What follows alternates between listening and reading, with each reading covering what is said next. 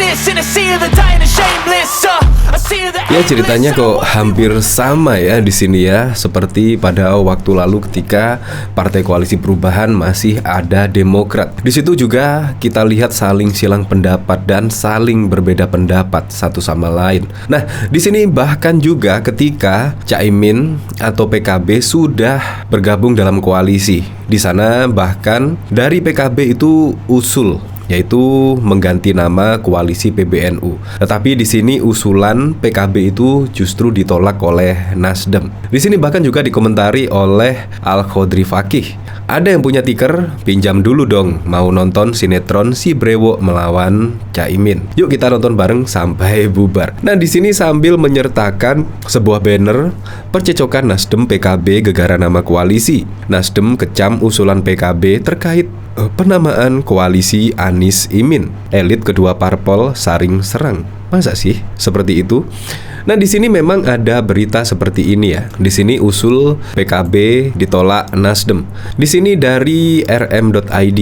Di tengah perseteruan antara pengurus besar Nahdlatul Ulama PBNU, Partai Kebangkitan Bangsa PKB punya ide nakal. Koalisi Perubahan untuk Persatuan KPP diusulkan jadi Koalisi Pancasila, Bhinneka Tunggal Ika, NKRI, dan Undang-Undang Dasar 1945, disingkat PBNU. Wah, di sini baru saya ide yang sangat nakal sekali. Ketahui usul itu muncul setelah pasangan Anies Baswedan Muhaimin Iskandar Amin dideklarasikan sebagai capres dan cawapres. Hal ini berimbas pada hengkangnya Partai Demokrat dari KPP.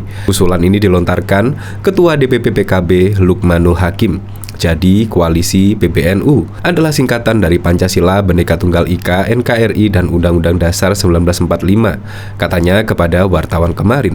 Ya, menurut saya sangat bagus juga sih. Tetapi singkatannya ya ini rada-rada gimana gitu ya. Lukman menilai nama koalisi ini cocok dengan duet Anies Imin, sebab sama-sama memiliki komitmen penuh berpegang teguh pada Pancasila hingga Undang-Undang Dasar 1945. Mereka juga diklaim sebagai tokoh yang menjunjung serta menjaga pluralisme dan kebinekaan di Indonesia. Pasangan Mas Anies dan Gus Muhaimin, dua sosok pemimpin yang selama ini punya komitmen yang kuat terhadap Pancasila sebagai ideologi dan dasar negara NKRI yang anti kepada khilafah maupun ideologi lain tuturnya. Nah, bahkan di sini juga PKS bahkan juga menanggapi santai ya, yaitu PKB usul nama koalisi PBNU, yang penting kerjanya. Ya, santai kemungkinan bisa jadi akan keluar dari koalisi perubahan ya. Bahkan pada waktu lalu juga ada berita yaitu Anies dan Caimin terus merayu PKS. Nah, apakah dari sini PKS juga akan keluar dari KPP, koalisi perubahan yang mendukung Anies Baswedan pada Pilpres 2024? Ya, kita tidak tahu. Tapi di sini Anies dan Caimin terus merayu PKS. Bahkan dari sini Nasdem pun juga menanggapi dingin ya. Di sini seolah-olah tidak merayu atau apa, tetapi Nasdem bakal hormati bila PKS putuskan keluar dari koalisi perubahan. Di sini Partai Nasdem mengatakan tidak mempersoalkan apabila PKS akhirnya memutuskan hengkang dari koalisi perubahan untuk persatuan KPP untuk mendukung baca pres Anies Baswedan.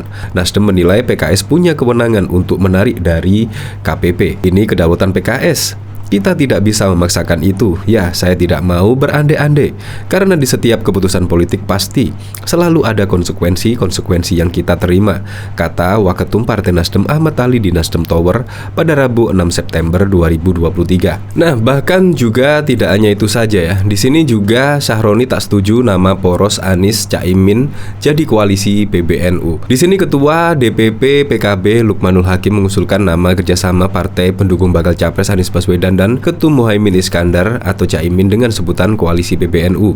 Nasdem tak setuju dengan nama tersebut. Yang pertama, PBNU kan udah memiliki organisasi sendiri, jadi janganlah bawa-bawa nama PBNU, kata Bendum Nasdem Ahmad Saroni kepada wartawan pada 7 September. Saroni menegaskan sikap partainya soal penamaan koalisi masih menunggu keputusan para pimpinan partai di koalisi pendukung Anies Caimin. Nasdem terkait nama koalisi tunggu para bos duduk bersama untuk menamakan tagline koalisi.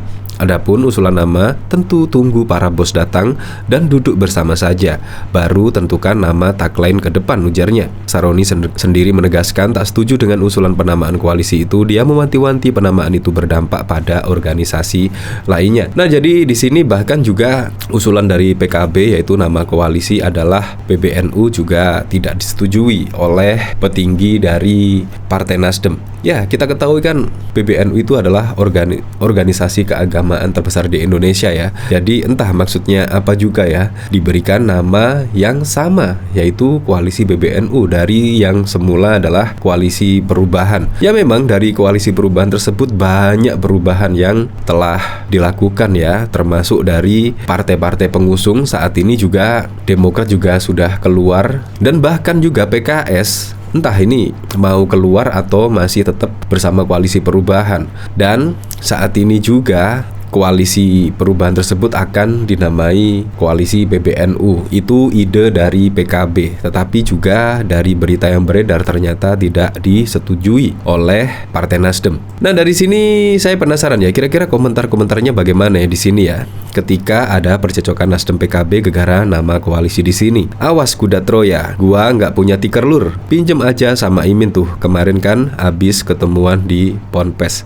Ya, seperti itulah. Tetapi memang dari dulu itu tidak ada kekompakan ya di sini ya. Yaitu bahkan pada waktu lalu ketika Partai Koalisi Perubahan di situ ada PKS, Nasdem dan Demokrat juga sering saling silang pendapat dalam menentukan cawapres di situ. Bahkan ada usulan dari Mbak Yeni Wahid juga ditolak, Pak Mahfud MD juga ditolak, Andika Perkasa juga ditolak. Entah maksudnya apa, karena memang di Demokrat sendiri kepengennya AHY ya yang ditunjuk sebagai wakil presiden dari Anies Baswedan. Tetapi ternyata apa? Di penghujung juga akhirnya Surya Paloh memutuskan yaitu Caimin sebagai cawapres Anies Baswedan dan langsung disetujui oleh Anies Baswedan. Ya, akhirnya di situ ketidakkompakan pun akhirnya terjawab. Ternyata memang ada ego di masing-masing ketua umum partai ya, bisa jadi. Ini juga masih beberapa minggu mendeklarasikan Caimin sebagai cawapres, tetapi di sini juga ada